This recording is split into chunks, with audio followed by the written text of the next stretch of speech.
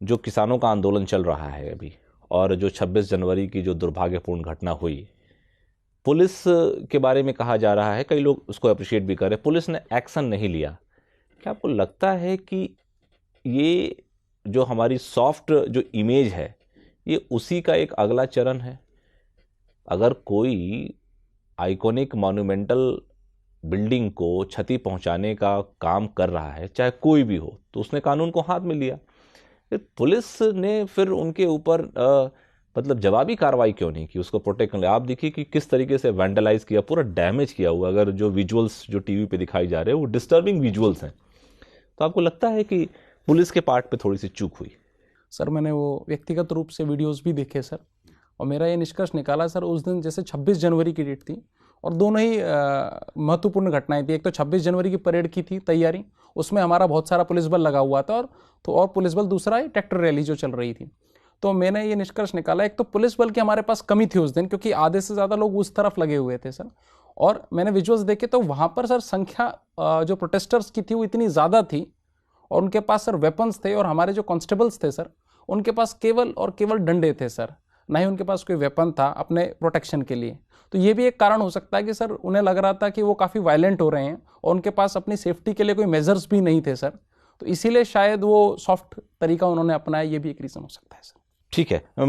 विशाल, जी sir. Short movies देखते हैं आप, जी सर। और आपने शौक में लिखा है फैमिली और फ्रेंड्स से के साथ टाइम स्पेंड करना। शौक की परिभाषा क्या होती है? क्या ये शौक जो आपने लिखा है, परिवार और दोस्तों के साथ टाइम स्पेंड करना, ये शौक की परिभाषा में आएगा? सर शौक मेरे हिसाब से सर वो चीज़ हो सकती है जिससे आदमी को उसको पूरा करने से खुशी मिलती हो सर। अच्छा। तो सर मुझे उसमें खुशी प्राप्त होती है सर, जब मैं अपने लोगों के बीच में, जो सिमिलर माइंड्स के बीच में बैठता हूँ, तो मुझे वहाँ पे अच्छा लगता है सर।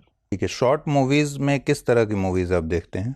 शॉर्ट मूवीज़ में सर मैं मेजरली जो यूट्यूब पे वीडियोस आती हैं सर, एक लार्ज बैरल सेलेक्ट नाम की एक यूट्यूब चैनल है, उसमें बहुत बड़े बड़े कलाकार, बॉलीवुड कलाकार भी उसमें वीडियोस बनाते हैं, और वो शायद 15 से 20 मिनट की होती हैं, पर उसका जो मैसेज होता है वो बहुत लास्टिंग होता है। जैसे कार्बन मूवी आई, अधीन आई सर, और आजकल इसके लिए ऑस्कर ने तो अलग कैटेगरी बना दी है।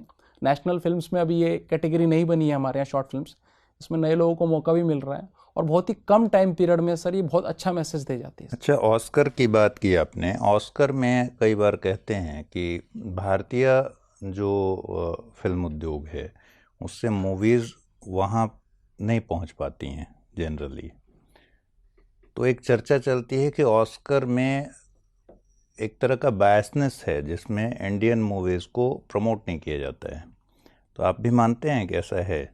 सर उसमें सर एक प्रॉब्लम, जैसे 24 कैटेगरीज हैं ऑस्कर में, तो उसमें केवल हम एक ही कैटेगरी में क्वालिफाई करते हैं सर, फॉरेन कैटेगरी फिल्म में, क्योंकि हमारी जो लोकल लैंग्वेज में, हम इंग्लिश में मूवीज़ हमारे यहाँ कम बनती हैं, तो केवल एक ही के लिए क्वालिफाई करते हैं, तो हमारी जो प्रोबेबिलिटी है ऑस्कर जीतने की 1/24 है। तो इसीलिए और वो लार्ज सेक्शन ऑफ पीपल को कवर नहीं करती। एक तो हिंदी लैंग्वेज में बनती है, तो जो केवल इंडियन सब कॉन्टिनेंट में थोड़ा बहुत इफेक्ट है सर, तो ये एक मेजर रीज़न है कि हम क्वालिफाई नहीं कर पाते सर। ठीक है, अभी पद्म पुरस्कारों का ऐलान हुआ है। जी सर। कितनी महिलाओं को पद्म पुरस्कार दिया जाने वाला है, और कितने विदेशी व्यक्तियों को पद्म पुरस्कार में शामिल किया गया है? माफ़ी चाहूँगा, एग्जैक्ट डाटा डेटा नहीं याद है आपको? पद्म पुरस्कार कब स्थापित किए गए, कब शुरू किए गए? सर 1954 में सर। और बताइए कुछ पद्म पुरस्कारों के बारे में। सर पद्म पुरस्कार 3 हैं, पद्म विभूषण, पद्म भूषण और पद्मश्री। ये इंडिया सेकेंड हाईएस्ट अवार्ड है पद्म विभूषण सर, फिर थर्ड है पद्म भूषण, और फोर्थ है पद्मश्री सर। और इसमें कोई मॉनेटरी बेनिफिट नहीं होता है सर, ये एक सिंबलिटिक रूप में दिए जाते हैं, सम्मान के रूप में, और जो व्यक्ति इन्हें पाता है उसको टैक्सेबल नॉन इनकम हो जाती है सर, मतलब इनकम टैक्स नहीं लगता है सर। ठीक है, जापान के पूर्व प्रधानमंत्री शिंजो आबे को क्या पद्म पुरस्कार मिला हुआ है?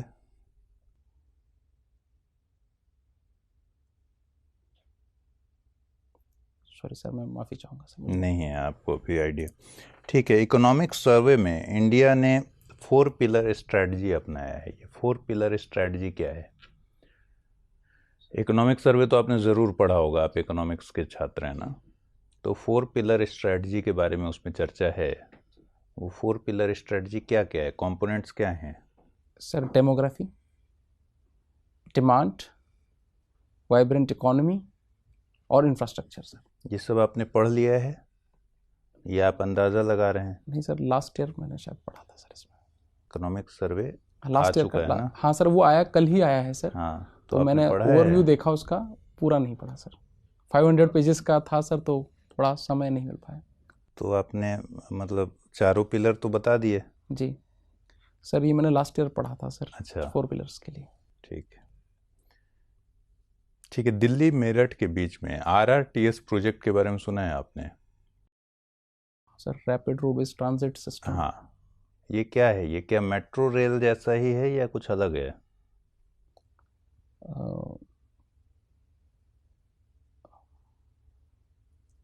सर ये माफ़ी चाहूँगा, ध्यान नहीं कर पाए। स्ट्रॉबेरी महोत्सव के बारे में सुना है आपने?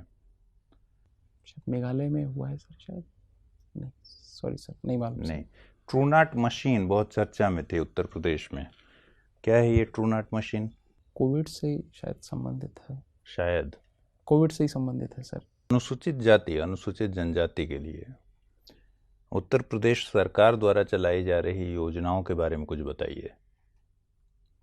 कौन कौन सी योजनाएं हैं जो अनुसूचित जाति और जनजाति के लिए चलाई जा रही हैं?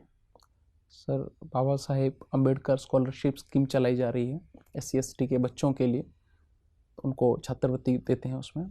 और उसी के साथ sir Jyotiba Phule scholarship scheme है, जो बच्चे तैयारी कर रहे हैं कंपटीशन की, उनके लिए छात्रावास वगैरह की सुविधा है इस माध्यम से। और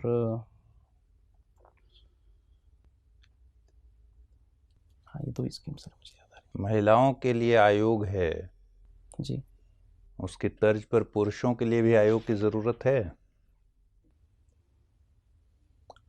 पुरुषों के लिए सर स्पेसिफिकली आयोग बनाने की ज़रूरत नहीं है सर मेरे हिसाब से, पर हाँ थोड़ा सा बैलेंसिंग की ज़रूरत है आज के समय में। जैसे कि जो केसेस आ रहे हैं, जैसे डोमेस्टिक वायलेंस के केसेस हैं, उसमें 97 आजकल पुरुष कह रहे हैं कि धीरे धीरे हमारी समस्याओं को इतना इग्नोर कर दिया गया है कि पुरुषों की समस्याएं नहीं है। हाँ सर, ये बॉम्बे हाई कोर्ट ने भी कहा था कि 97.5% केसेस में कन्विक्शन ही नहीं हो रहा है डोमेस्टिक वायलेंस में, ज़्यादातर केसेस फॉल्स पाए जा रहे हैं। तो कहीं ना कहीं एक मैन हरेसमेंट का भी केस आ रहा है। लेकिन जैसे सर हमारी सोसाइटी है पेट्रियार्कल चली आ रही है, तो उसमें देखा गया है कि पुरुषों पे ये देखा जाता है कि उनको निगलेक्ट कर दिया जाता है कि नहीं, उन पर शोषण नहीं हो सकता है। पर ये आज की डेट में हम देख सकते हैं काफ़ी पुरुष भी आत्महत्या करते हैं घरेलू, पारिवारिक या प्रोफेशनल कारणों की वजह से। हाँ, तो इसमें हमें ध्यान देने की ज़रूरत है। जहाँ हम जेंडर इक्वालिटी की बात करते हैं तो पुरुषों की समस्याओं को भी महत्व देने की ज़रूरत है। आयोग नहीं बनाए तो चलेगा, बस ध्यान उनका रखा जाए विशेष। कैसे ध्यान रखा जाए बिना किसी स्ट्रक्चर के? जी सर, ध्यान इस तरीके से रखा जाए, यदि कोई कंप्लेन आती है कि उसका हरेसमेंट हो रहा है, हालांकि अभी पॉक्सो की लाइन में भी, गाइडलाइन में भी उन्होंने चेंज किया। एक बहुत छोटी सी बात और, कि एक जनरल मेंटालिटी है कि किसी वर्ग को जब हम सशक्त करना चाहते हैं जी, ठीक है, तो इस पूरी प्रक्रिया में जी, जैसे आपने कहा कि हमारे यहाँ का समाज की संरचना है पितृसत्तात्मक, जी, तो क्या इस संरचना में हम ऐसी प्रैक्टिस करने लगे हैं जिसमें महिलाओं के उत्थान के लिए पुरुषों को डीमोटिवेट करें? क्या इस तरह की मेंटालिटी आप देखते हैं? सही तर्क क्या होना चाहिए कि महिलाओं को मोटिवेट करें या महिलाओं को मोटिवेशन के साथ साथ पुरुषों को डीमोटिवेट करें?